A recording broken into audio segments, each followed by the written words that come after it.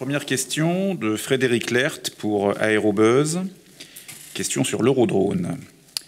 Y a-t-il une équipe qui travaille sur l'Eurodrone chez Dassault? Et si oui, combien de personnes? Et par ailleurs, quelle est votre opinion sur le choix du moteur de l'Eurodrone? Alors sur Eurodrone, oui, il y a une équipe qui travaille, il n'y a pas de doute, et depuis longtemps. Notre domaine a été très clairement identifié, ce sont les commandes de vol, premièrement. Et deuxièmement, c'est l'architecture des communications et les communications avec Thales. Donc, je n'ai pas le chiffre des gens qui travaillent dessus, et même si je l'avais, je ne le donnerais pas, parce que ceci n'est pas du domaine de la publication, mais il y a une équipe qui travaille. Sur le moteur, je n'ai pas d'avis. C'est au maître d'œuvre de choisir le moteur conformément à son cahier des charges et en adéquation avec ce que le projet doit faire. Donc je sais qu'il y a 2 moteurs en compétition. Voilà, donc j'ai pas d'avis particulier sur le sujet. Question de Véronique Guillermard du Figaro sur le SCAF. Quand le contrat de la phase 1B sera-t-il signé selon vous? Quand entrera-t-il en vigueur?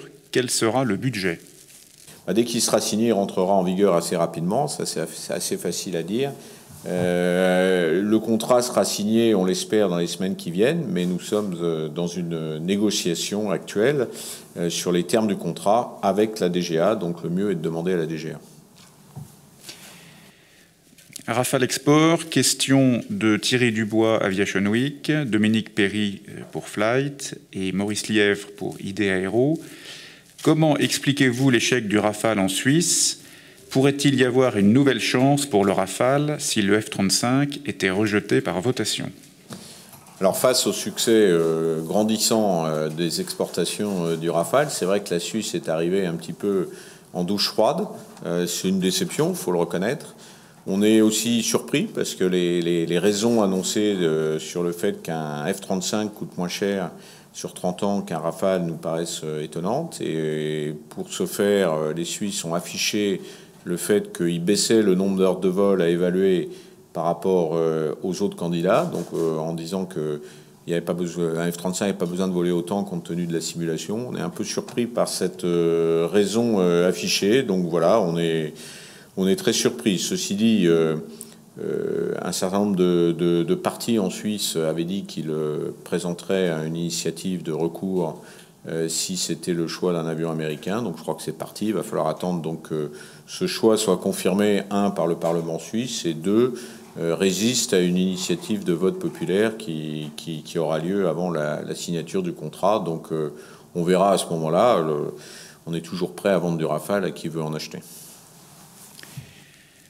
Question de Véronique Guillermard du Figaro. Quelle est votre réaction sur la taxe sur le kérosène voulue par la Commission européenne dans le cadre de son paquet climat?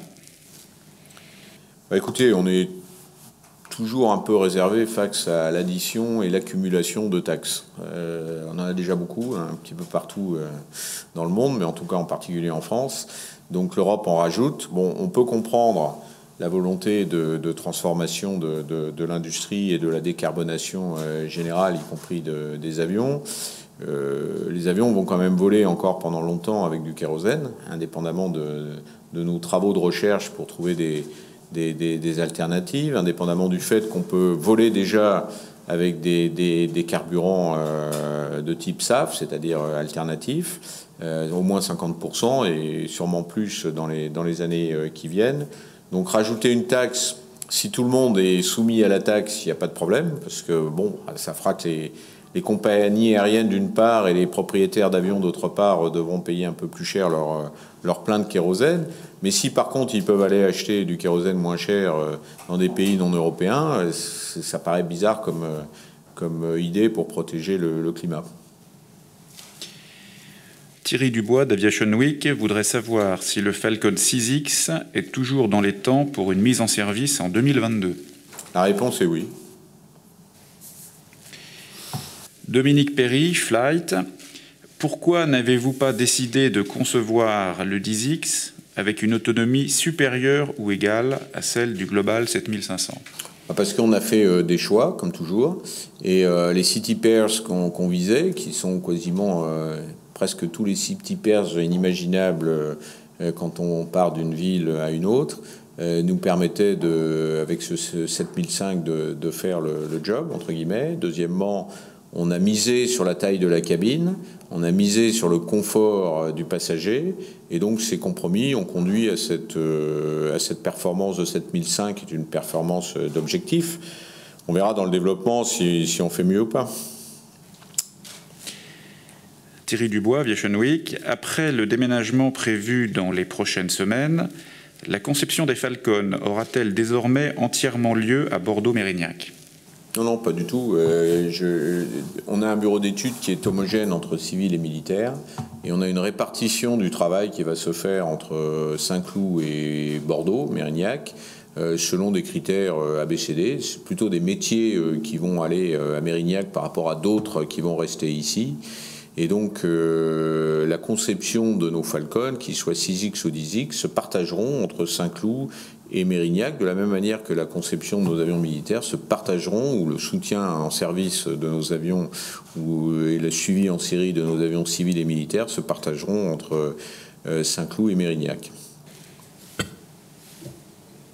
Ok, s'il n'y a plus de questions, merci à vous, et puis à bientôt pour les résultats de fin 2021 qui seront annoncés en février 2022.